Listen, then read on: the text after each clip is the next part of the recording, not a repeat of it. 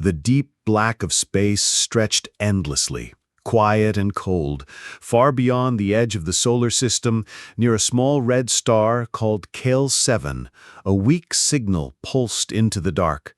It repeated over and over, like a heartbeat from a dying creature. The words were simple, sent in math and sound patterns meant for strangers. "Help! We are dying. Please, help." On Earth, in a quiet room above Houston, Jason Cole sat at his desk, staring at the screen. He was a watcher of the stars, trained to find signs of life beyond. This was no drill. The signal was real. It came from a planet orbiting Kale 7, where people not human had built cities and reached for the stars. Now, they were falling. Jason checked the data again. The planet's air was thinning. Its oceans were turning to poison. Millions were sick, and their world was breaking apart. They had no way to escape, no ship strong enough, no power left, so they sent one last cry into the dark, hoping someone, somewhere, would hear. Within hours, leaders from all over Earth were talking. In Geneva, scientists, soldiers, and politicians met in secret. Some wanted to send food, medicine, machines to clean the air. They believed in kindness, in helping those in need. But General Eli Granger saw it differently. He stood tall, his voice calm but firm. "They ask for aid," he said, "but what they really need is strength. We don't save weak worlds by giving them bread. We save them by teaching them to fight." Not everyone agreed, but Granger had power, and he had a plan. 3 weeks later, 3 great ships rose from orbit near Mars. They were not white and clean like supply carriers. They were dark, sharp, built for war. Their names were Defiance, Sentinel, and Vanguard. Guns lined their sides. Their hulls could survive asteroid storms. Inside, soldiers trained, pilots ran drills, and captains studied battle maps. Aboard the Defiance, Captain Nina Cross looked at the stars ahead. She was not cruel, but she was not soft. She knew the universe was harsh. Kindness was not always enough. Her second-in-command, Daniel Keene, walked up beside her. "They ask for help, and we're sending warships. Doesn't that feel wrong?" Nina didn't look away from the view. "Maybe, or maybe it's the only thing that will save them." Behind them, the engines glowed. The ships jumped forward, tearing through space, heading toward a world that had forgotten how to survive. The 3 human warships moved through space like silent hunters. Their engines left no trail. Their hulls absorbed light, making them hard to see. They were built for war, not peace. But their mission was not to attack. It was to test. As they came close to the planet near KL7, sensors scanned the world below. It was once beautiful. Blue oceans, green lands, tall cities made of glass and light. Now smoke rose from broken towers. Rivers were dry or black with poison.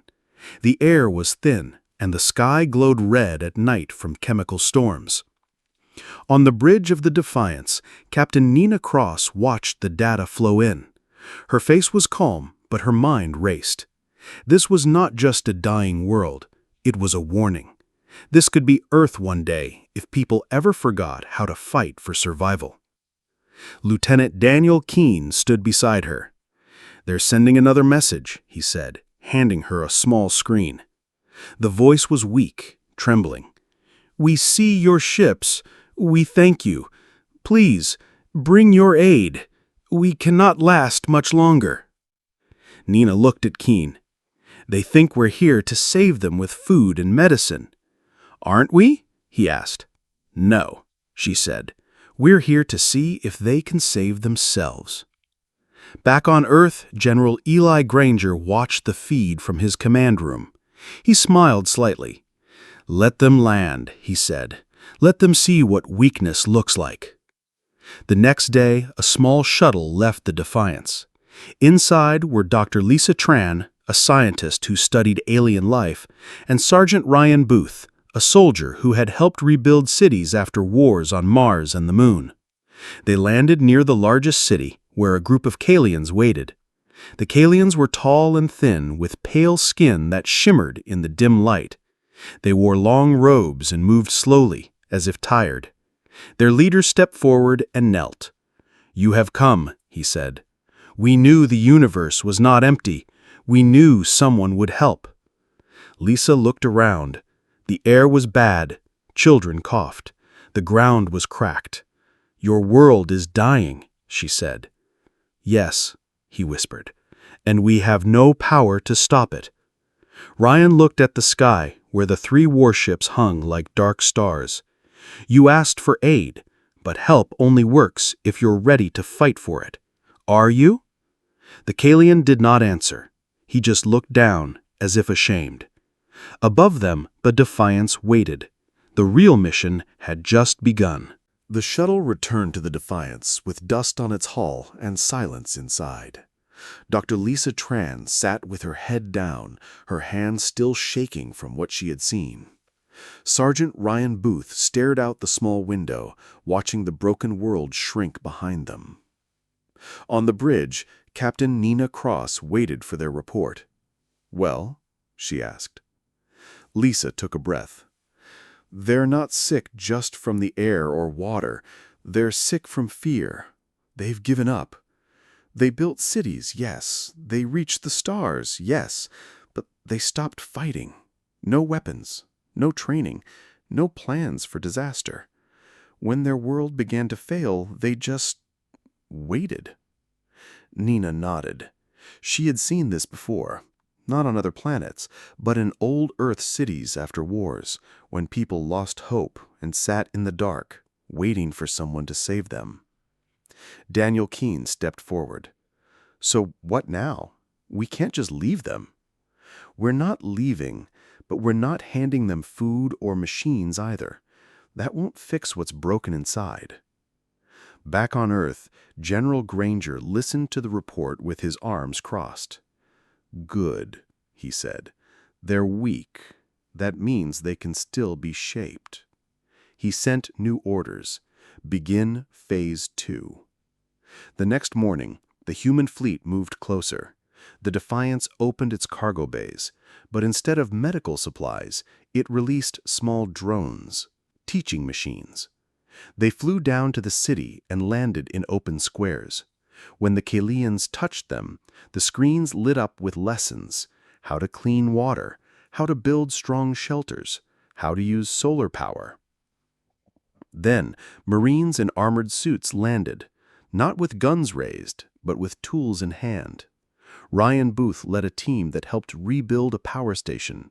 Lisa Tran worked with Kalian scientists to grow clean plants in sealed labs. But it wasn't easy. The Kalians kept asking, "When will you fix our sky?" Or, "When will your ships take us to a new world?" Ryan looked at them and said, "No one is coming to carry you. If you want to live, you have to learn to stand on your own." Some cried, some turned away, but a few stayed. They worked. They learned. One young Kalian, a woman named Vera, stayed late every night at the lab. "I want to know how to save my people," she said. Lisa smiled. "Then you're already stronger than the rest." Above, the warships stayed in orbit, not as threats, but as guards, as proof that strength was not evil, it was necessary. And for the first time in years, the people of Kale 7 began to hope, not because help had come, but because they were learning how to fight for themselves. Weeks turned into months. The humans did not leave. They stayed in orbit, watching, teaching, pushing. The Kalians were slow at first, afraid of tools, afraid of making choices. But the humans did not let them rest. Every day, new lessons came, Drones taught engineering. Marines ran drills in the ruins, showing how to move fast, how to build strong walls, how to work as a team. Ryan Booth trained a small group in survival skills, how to find clean water, how to treat sickness, how to stay calm in a storm. Lisa Tran worked with the scientists day and night. They built greenhouses. They cleaned the rivers with filters. They found ways to pull oxygen from the soil. It was hard work. Many failed. Some gave up. But a few kept going. One of them was Vera. She learned fast. She asked questions. She stayed late. Soon she was teaching others what she knew. "Why do you work so hard?" Lisa asked her one day. "Because I saw my little brother die. He choked on the air. I want no one else to lose someone like that." Lisa nodded. "Then keep going. Strength starts with pain, but it grows with choice."